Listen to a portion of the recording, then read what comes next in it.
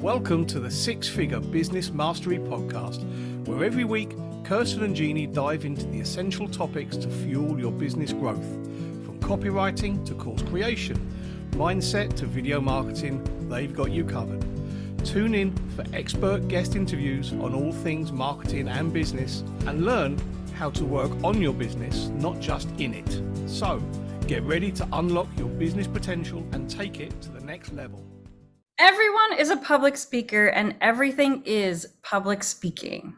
Think about that. And our guest today is going to talk to us about how to make sense of that and how to embrace that and how to make you the expert in front of the room. Hello, everyone, and welcome to our podcast. We are grateful you chose to spend a little time with us today. And I'm so excited to introduce you to our amazing guest. Her name is Diane DiResta, and her company is DiResta Communications. And she works with leaders to speak with confidence, clarity, and influence. And so today we're going to talk a little bit about the fact that sometimes we play a little bit safe in front of the room and how to stop doing that. Welcome, Diane. We're thrilled to have you here today. Thank you. Great to be here. You have been teaching people how to get on the stage and speak with confidence and deliver presentations that actually have a great ROI. They actually get people to take action and to come up and meet you or to buy your book or to choose to work with you. What got you into coaching? What made you so passionate about public speaking and helping people with their presentations? I started as a speech pathologist in the schools, in the New York City schools, and made a career change. I always liked teaching and helping people and mentoring people. And then I went to make a career change and I started doing public speaking training in a company, then went to Solomon Brothers and Drexel Burnham doing other stand-up training and realized I really liked it. Started my own business. When I first started, it was all stand-up training in person. And then around 2001, the market changed. I started getting requests for coaching one-on-one. Today, I am 99% virtual, doing speaking, coaching, and training on a screen. And sometimes I show up in person. Wow, that's amazing. So today you're going to tell our listeners things that they can do or things that they should really consider in order to get up on that stage and to make an impact and make a difference for the people that they want to empower with their message. You have to be visible. People want to hear about from you because you are the brand. And the other way that they play it safe is they default to what they've already known and they don't try anything different, and it becomes very routine and predictable. So what people need to do is they need to, first of all, unleash the barriers to their presentation brilliance and start to understand what that is. How you do that? Mindset. I work on two levels, mindset and skill set. Once you identify your limiting beliefs, which we do when we do the coaching, you can then reframe them. And I've seen people transform because they now are not believing these stories that they made up that are not even true. So really important to stop playing it safe. So you feel like the barriers are actually the lies that we tell ourselves. So it Exactly. really is, so we are the ones that have built those barriers and we're the ones that refuse to cross through them. That's interesting. That's so interesting. Yeah. And I had somebody who came to me and she had bombed. And what she said in her testimonial, it wasn't just bombing, it was epic bombing. And so she knew in this new job, she had to get help right away. So she called me up. We started working. Long story short, she told me her boss and her boss's boss noticed an improved difference. Usually it's just your immediate supervisor. So it was being known outside the company by higher level people. And when you talked earlier about an ROI, there you have it, because she saved her job and now she's respected in this company. It's so amazing. And for entrepreneurs, we have to put ourselves out there, don't we, Jeannie? Like getting out in front of people. Yeah. It's funny because I think sometimes you don't think that you're going to be out in front of people, but even if it's something just on Zoom and you're presenting something, even to a couple people, or in our case now a podcast, you've got to be able to show yourself, you know what I mean, and feel comfortable. Everything is public speaking, and that's the myth. People will say, oh, I thought Diane was a good speaker, but I don't do public speaking. Yes, you do. Do you leave a voicemail? That's public speaking. Do you have to give a meeting update? Do you have to meet with a client? That's public speaking. And people think it's standing on a stage. No. all of these events are public speaking, and especially now in the digital age, you're out there on video, on podcasts. So we have to be able to do that. And one of the things that we can do is elevate our executive presence. So that means a little bit of reinvention, coming in differently. And that's what I do. I help people show up differently. And I'll give you a quick example. This was not an entrepreneur. This was a woman who was a corporate leader. She had 6 promotions in 9 years, a real rock star, but now she was a CEO of a spin-off company, and she had to deal with the board. So her audience changed, and her effusive, warm, embracing style was not playing well. So here's a smart person. She didn't need a makeover. She just needed to know how to show up differently. We did. And her boss came to me and said, 3 or 4 people after the meeting said she did a 180 in her presentation. So it's all about the mindset and the skill set. And once those two come together, you're off to the races. You're Because going to that's be true. brilliant. Depending on who your audience is, you're going to show up a little bit differently, right? Absolutely. And so that's the misconception. People think, uh, I don't need remedial help. No, you don't. But you do need to show up differently because things have changed and you need to change with them. And if you don't, that means that you're playing it safe in front of the room, and that is not going to serve you. You need to step up your game. I'll have to tell you, you already changed my life with 2 simple sentences. You said, everyone is a public speaker because everything is public speaking. And I will admit that I am famous for saying that I hate public speaking because, like you said, when I think of public speaking, I think of being on a stage. And Jeannie and I have done that a lot. We've done that many times. And she loves it. And I will do it, but my knees are knocking. But it's really interesting to think about the fact that, especially as business owners, whether you're giving a 30-second at a networking event or you're walking around and networking and just talking to people, every single encounter is you showing up as a public speaker and delivering a public speech in some ways about, or a presentation about who you are, what you do, and how you can help people. So those sentences changed my life right now. Because Kristen, you're brilliant at those. You're brilliant at networking. You're brilliant in small group coaching calls. You're brilliant one-on-one. It's your barrier is you to many. It's not lack of talent. It's what Diane said is probably the mindset. Kristen's already a public speaker and she didn't know it. So now you can't say you hate public speaking because you're good at it. It's just that you have different situations. And again, that's a mindset skill set thing. You reframe your mindset and then you learn the skills of one to many versus one to one. It's not that different and anybody can do it. I really believe gifted speakers are born, effective speakers are made. It's about the skill set. And the last thing that people need to know so that they're not playing it safe in front of the room is how to create their breakout, knockout presentation. And the key word is breakout. You need to break out of what's complacent. You need to create a sense of urgency so that you step up and you play a bigger game. And that's, so if we were talking about Kristen, be okay, let's get you out on a stage. Your knees are knocking, wear a long skirt or wear pants. Your knees are knocking, start with a panel so they can't see under the table. There's so many different ways to show up on a stage. Sometimes people will say, oh, the CEO is so boring, but he has to speak. No, not in that kind of venue. You could do a fireside chat. Why does he have to be up at the podium and the only speaker? And then you get all the rich information, his personality or her personality comes out, and you've achieved your objective, letting the CEO speak. So there are so many ways to show up.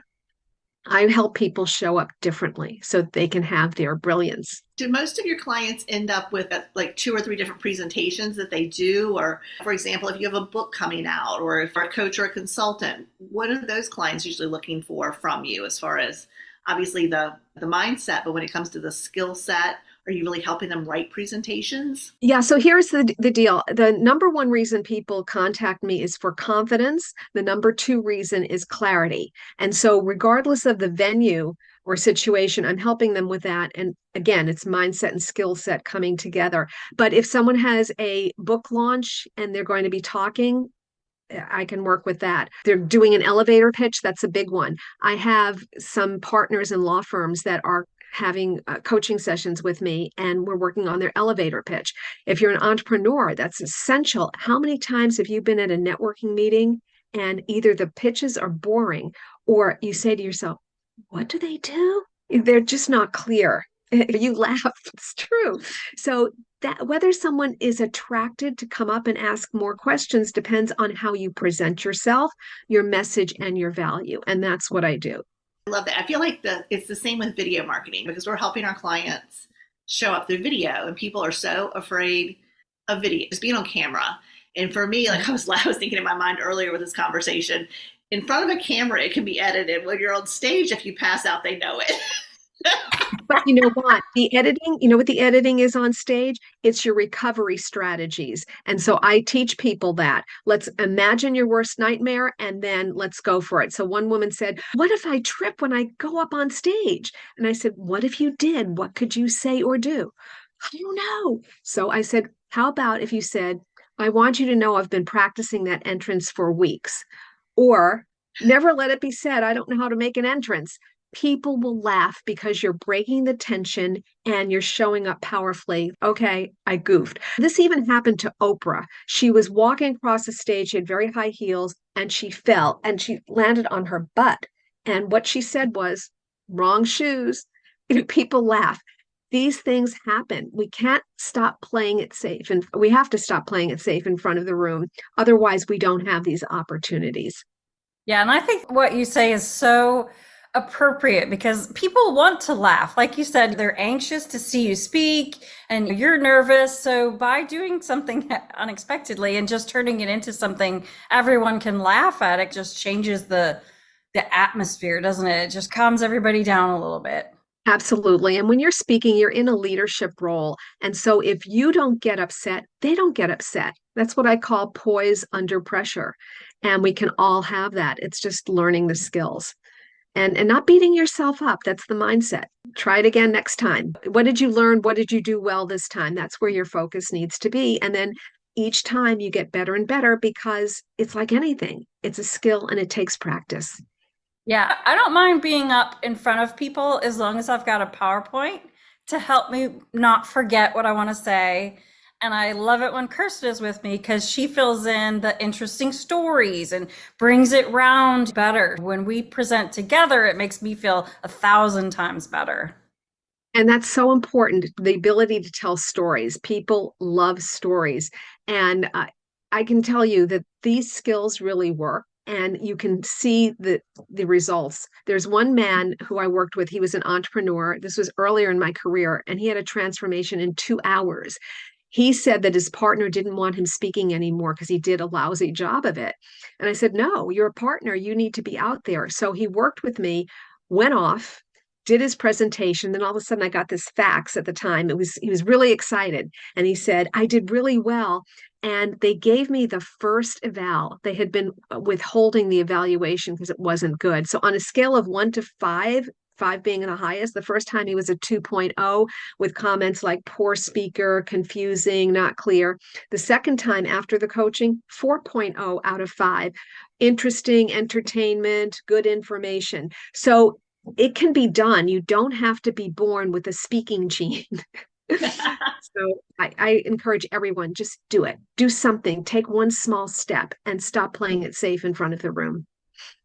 So what would you recommend for someone, because Jeannie, she loves her PowerPoints and I hate PowerPoints because I'm terrible on a script, right? So do you have people that speak completely without a PowerPoint, but also without the need to memorize like every word they're going to say? Yes, and that's where stories come in. And by having a structure in your head, it helps you stay where you need to be. And I'm not a big fan of scripts. There are some people who can handle them. I was working with someone from the NBA, National Basketball Association, and they asked me to coach these were not players, these were the managers. And this one man was struggling. And I literally ripped the paper out of his hand. I said, you know this, just talk. Fast forward in 2017, so that was like 1999, 2017, he's now the president of one of the franchises. He called me in to work with some of his VPs and he said, I will never forget what you did for me. Taking the script away was the best thing because then his presentation brilliance came forth. Some people can't. I don't have a great memory, so I do need some prompts. So I do like a few visuals. But most importantly, it's be who you are. Kristen, you don't like PowerPoint? Don't use it. Jean, you like it? Use it. It's whatever works for you. That's simple but smart advice, the kind of advice we often overlook, right? Yeah, it's most important for you to be authentic and to be who you really are because that's who people relate to. Do you? Don't try to be something that you're not. But with that said, keep working, getting to higher and higher levels of being you, and you'll have much more success in all of your presentations. Yeah, I love the pulling the script away because that's, I can understand why he wanted it, but I can also, if you know what you're talking about, then just speak from the heart. And sometimes that's a crutch because it's like, oh, I didn't say that sentence, or, oh, that's not the way I wanted to say it. But does it really matter if you got the point across and you still sound intelligent? What I say to people is don't memorize, familiarize. So if you have your key message points, then you can say it a number of ways. You can say it differently each time, and the audience doesn't know. So don't get yourself upset about that you didn't say it perfectly. They don't know. And recently, I've been coaching someone for local New York politics, and he's running for a town supervisor role. And they have him scripted, and he was so frustrated. He calls me his therapist. And I said, throw it away. And he was saying, what the damn blah, blah. And I said, let go of it. First of all, reboot, go for a walk in the woods, come back, and just talk from your knowledge. When you talk from your heart, you're so passionate. So he needed permission to do that. And I heard he did really well in the debate. So again, it's whatever works for you. Now, how would you say, I would love to hear this, what is the best way to end a presentation? Because back in the day, they used to say, tell people what you're going to tell them, then tell them again. But that's changed a lot, I feel like, with video. We've got to keep people interested throughout the whole thing. And by repeating yourself too much, you're going to lose them. So what do you tell your people about wrapping up strong and leaving something strong in their mind? First of all, many people don't have a conclusion. It's amazing. They just end on their last sentence. No, you've got to bring it back for them because every presentation is a beginning, middle, and end, just like every story. I would say leave with a call to action or food for thought, which could be a quote, a statistic, or very importantly, a story. If you can end with something that has some emotional impact, a short story, people will remember that. So that is what I recommend when you have that opportunity. But don't lose the opportunity, especially the entrepreneurs and business owners who are listening to this. What's the next step? What do you want them to do next? Maybe go visit your website or come up and sign something or have a conversation with it, something so that they have a next step. Or it could be go buy a book or go practice with somebody, but there needs to be a next step because what happens is people get really excited in the moment. They leave the room and then they're off to their everyday operations. I know, I've experienced it myself. So stories, food for thought, which could be a quote, an action, or a call to action. Perfect. So speaking of that, what is your call to action for our audience today? Well, first, people need to know that I have a signature book that's in its third edition, which is Knockout Presentations. So I would recommend that you go to Amazon and get a copy of that because that's a great starting point for anybody. It's everything from soup to nuts. And I wrote it like a seminar in a book so that it has all the exercises and checklists, do's and don'ts. It's been used as a college text and it's been read by the C-suite. The other call to action would be to visit my website, DiResta.com, DIRESTA.com, and visit me there. There's lots of information there, and you can contact me directly through DiResta.com. Perfect. This has been absolutely amazing. Thank you so much. I am a public speaker, so I can no longer say I'm terrified of public speaking. I am a public speaker. Thank you so much. And I want to remind everyone, stop playing it safe in front of the room. Thanks for listening to the Six Figure Business Mastery Podcast. If you enjoyed listening to this episode and you are ready to leverage video marketing on all online platforms, or maybe even start your own video podcast, then you need to check out the Done For You and Done With You program at themarketingvaadvantage.com and take your business to the next level.